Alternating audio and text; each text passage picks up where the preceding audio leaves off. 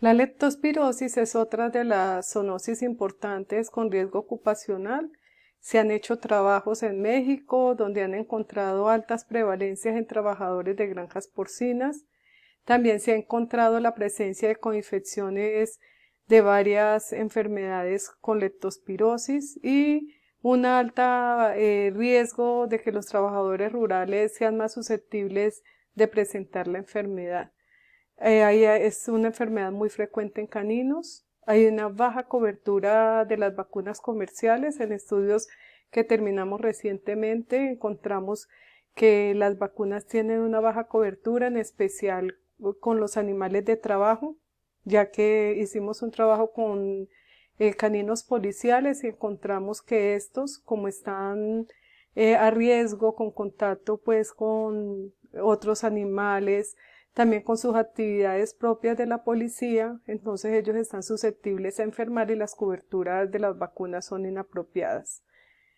Con relación a la vigilancia epidemiológica, se hizo un trabajo liderado por Convescol y encontró que la mayoría de los profesionales laboran en forma independiente y que en ellos la cobertura de la administradora de los riesgos laborales es muy baja. No tienen mucha accesibilidad a los programas de promoción de la salud en el trabajo y un pobre diagnóstico de la zoonosis por parte de las EPS.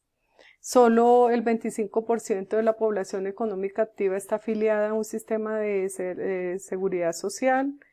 La prevención primaria en pequeñas empresas es deficiente y hay mucho subregistro de las enfermedades profesionales y del trabajo. Bueno, ¿cuáles son las medidas para mejorar todo este panorama? El uso de los elementos de protección es fundamental para reducir el riesgo de exposición a agentes patógenos durante el trabajo. El lavado de manos con antiséptico reduce la flora residente y promueve la flora transitoria. Y se ha encontrado, la Asociación Americana de Médicos Veterinarios hizo un trabajo y encontró que el lavado de manos después del contacto con el paciente es muy bajo. Solo el 48.4% de los médicos veterinarios que trabajaban con mascotas reportaban hacerlo, mucho más bajo los que trabajan con bovinos y equinos. Después de comer, beber y fumar, solamente también la mitad, un poco más de la mitad de los que trabajan con pequeños y una baja proporción de los que trabajan con grandes. El uso de guantes con animales con infecciones clínicas, mire que es bajísimo. El manejo inadecuado de heces y orina lo reportó el 67.4%. Esto fue un trabajo también con más de 4.000 profesionales. Lavados de manos entre los pacientes, de los practicantes y auxiliares en Estados Unidos es bajísimo. Y informar al cliente sobre el riesgo del manejo de las secreciones en aquellos pacientes como los que tienen leptospirosis, ¿no es cierto? O cualquier otra enfermedad que pueda ser transmisible fue bajísimo. Solamente el 43% informaba a sus clientes sobre esos aspectos. Otra medida preventiva es el manejo apropiado de los elementos cortopunzantes. Recordemos que las punzadas y con agujas pues fueron muy frecuentes en los trabajos que han hecho en diferentes países. El adecuado manejo de los residuos patógenos, también nosotros no tenemos esa cultura del uso de los códigos de colores y demás. Y esto va a reducir el riesgo de exposición con agentes patógenos. La limpieza, la desinfección y esterilización tanto del instrumental, las instalaciones y la ropa, que eso va a remover la suciedad visible, disminuye y elimina la carga bacteriana, destruye todas las formas de vida. En eso nosotros fallamos en la práctica. Tenemos muy pocos manuales de procedimientos y de normas de prevención y control que permitan que nosotros seamos mucho más cuidadosos durante el manejo de los pacientes, y esta capacitación también permanente del personal médico, auxiliar y estudiantil se debe fortalecer, ya que en la universidad además hemos encontrado que hay muy poca cultura del reporte, hay muy poca cultura del autocuidado y un desconocimiento de los riesgos, como ya les había dicho. Refuerzo de la formación del personal médico sobre la epidemiología de la zoonosis y otros riesgos ocupacionales. Por eso estamos dando este tema hoy. El reporte de los casos es fundamental.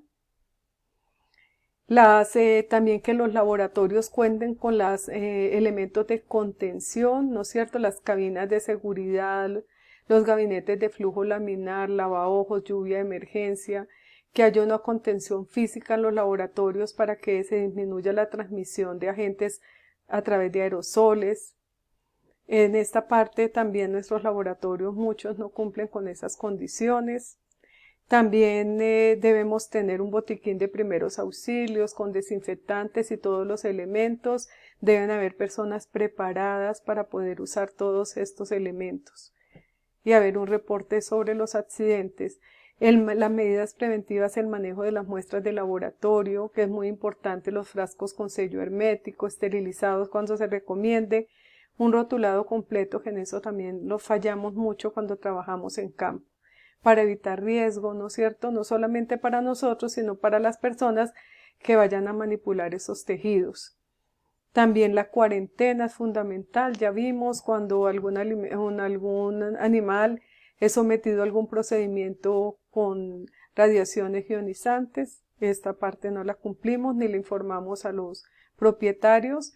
La segregación de los animales sospechosos, de tener cualquier enfermedad que pueda afectar la salud no solamente de los demás animales, sino del personal médico. Limitar el contacto humano y accidental con pacientes de alto riesgo. Entonces, para eso, unas separaciones físicas de las áreas y un manejo con unas normas de bioseguridad con diferente dotación para la gente que vaya a tener contacto con los animales de acuerdo al riesgo biológico. Optimizar la higiene del personal y del ambiente es fundamental.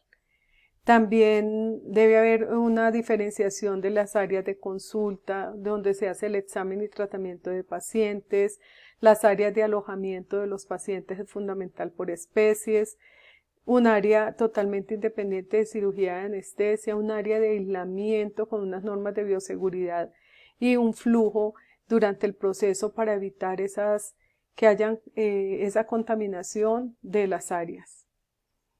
Romper los ciclos de transmisión en caso de brotes es fundamental, con el monitoreo de la eliminación de los agentes en los pacientes, que haya un seguimiento permanente, y algo que nosotros no hacemos es hacer la evaluación de la contaminación del ambiente del hospital, de las áreas de trabajo, es fundamental. La vigilancia epidemiológica, ¿no es cierto? Donde haya un reporte, donde haya un seguimiento, donde nosotros tengamos por cultura estar mirando el reporte, cómo va la situación epidemiológica en los sitios donde trabajamos, en las ciudades, en las áreas, cómo es el comportamiento de las principales zoonosis, qué riesgo podemos tener, no solamente en la práctica de los pequeños, sino de los grandes animales, conocer esa prevalencia, ¿no es cierto? Estar muy actualizados sobre los nuevos hallazgos de la epidemiología, de esa zoonosis, los cambios en los patrones de presentación y mantener actualizado y hacer un reporte adecuado a todo el personal que trabaje con nosotros. El registro detallado de la información de los pacientes, eso es fundamental, haciendo revisiones de las historias clínicas que se diligencian en el hospital. Hay mucha información missing, hay mucho registro de animales sin su información completa, y eso es fundamental, los datos diagnósticos para poder hacer un seguimiento, para que el hospital se convierta en una fuente pues de información para la ciudad. Registrar los reportes de incidentes, también hay un bajo reporte. Deberíamos tener un programa de bioseguridad, no solamente en el hospital veterinario, sino también en aquellos sitios donde estemos trabajando. Los resúmenes del sistema de vigilancia epidemiológica sobre cómo es la contaminación de las superficies, de las instalaciones, de las áreas de trabajo. Esto es fundamental para romper los ciclos de transmisión. Debe existir también en los lugares donde ustedes vayan a trabajar, y estoy hablando en especial en pequeños animales, un comité de bioseguridad que debe estar compuesto pues por las personas que están a cargo de cada una de las secciones del hospital y quienes son responsables de revisar de manera permanente esas actividades de bioseguridad. Entonces debe haber un registro, unas medidas de prevención permanentes, una auditoría del cumplimiento de esas normas de bioseguridad.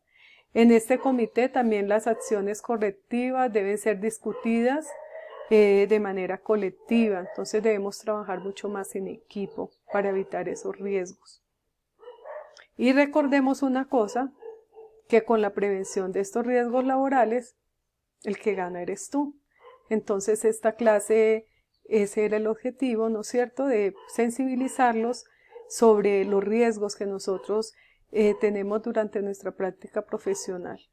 Y por eso vamos a profundizar en algunas zoonosis para poder conocer un poco más o recordar esas medidas de bioseguridad que debemos cumplir en nuestro ejercicio profesional.